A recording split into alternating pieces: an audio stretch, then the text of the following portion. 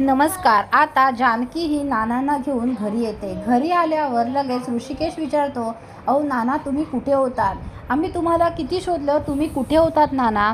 तेव्हा नाना त्यांच्या भाषेत हळूहळू बोलतात आणि शेवटी ते सयाजी विखे पाटलाचं नाव सांगतात. आता नानांच्या तोंडून सयाजी विखे पाटलाचं नाव ऐकून घरातल्या सगळ्यांना धक्का बसतो. ऐश्वर्या म्हणते, हा म्हातारा जिवंत कसा? मी डॅडाला सांगितलं होतं याला मारून टाका, पण काय हे डॅडा? त्याच्या आधीच या जानकीने या म्हाताऱ्याला शोधून काढलं आणि घरात आणलं. नाही, हा म्हातारा एकदा बरा झाला आणि त्याने माझं नाव घेतलं ना, तर ही लोक मला जिवंत सोडणार नाही. त्याआधी परत एकदा या म्हाताऱ्याचं काहीतरी केलं पाहिजे.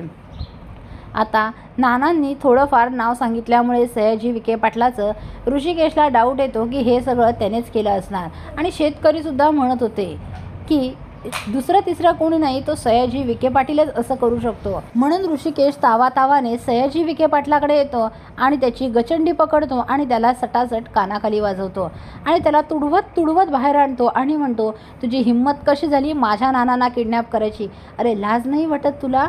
तू माझ्या वडिलांना किडनॅप करतोस? अरे लायकी आहे का तुझी? असं खूप काही ऋषिकेश इकडे सयाजी विखे पाटलाला बोलत असतो. आता सयाजी विखे पाटील खूपच घाबरतो आणि म्हणतो, अरे मी नाही केलंय हे. अरे माझ्यावर विश्वास ठेव, मी नाही किडनॅप केलं तुझ्या बापाला. ऋषिकेश म्हणतो, मला माहीत आहे तुमच्याशिवाय दुसरं कोणीच असं करू शकत नाही, तुम्हीच केलं आहे. इथून पुढे लक्षात ठेवा, जर माझ्या नानांच्या केसाला जरी धक्का लागला ना, तरी मी तुझ्या चिंधड्या करेन, लक्षात ठेव. असं म्हणून ऋषिकेश त्यांना ढकलून देतो. तर इकडे आता जानकी लगेच म्हणते, बघितलं ना नाना, अहो जेव्हा तुम्ही घरात नव्हता तेव्हा आईला किती त्रास झालेला. अहो आई नुसत्या तुमच्या आठवणीत रडत होत्या. म्हणजे तुमच्या दोघांचं प्रेम किती आहे एकमेकांवर. आई तुमच्यावर खूप प्रेम करतात. तेव्हा लगेच नाना सुमित्राकडे बघतात आणि सुमित्रा देखील नानांकडे. तेव्हा सुमित्रा म्हणतो, हो ना नाना, बघितलं ना, बाप रे, आईने तर हे घर डोक्यावर घेतलं होतं. आम्ही बोललो नाना येतील, नानांना काही होणार नाही, पण आई ऐकायला तयार नव्हती. आई निघाली होती नाना तुम्हाला शोधायला, पण आम्हीच तिला थांबवलं आणि आम्ही तुम्हाला शोधायला आलो. तेव्हा नाना सगळं ऐकून हसत असतात. ऐश्वर्या इकडे लगेच त्याच्या बापाला फोन करते. तेव्हा त्याचा बाप सयाजी विखे पाटील आईगं करत असतो, कारण ऋषिकेशने त्याला चांगलंच चोपलेलं असतं. ऐश्वर्या म्हणते, डॅडा तुम्हाला काय गरज होती त्या म्हाताऱ्याला जिवंत सोडायची? अहो त्याला मारून टाकून द्यायचं ना.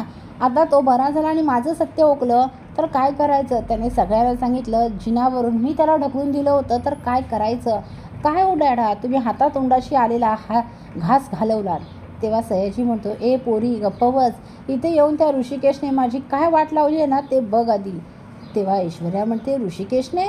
तेव्हा सयाजी म्हणतो, हो, वाटतंय त्या नानाने सांगितलं की मी त्याला किडनॅप केलं होतं, म्हणून त्याने इकडे येऊन माझी चांगलीच धुलाई केली आहे ग पोरी. मला आता जामच त्रास होतोय. ते ऐकून ऐश्वर्या हादरते.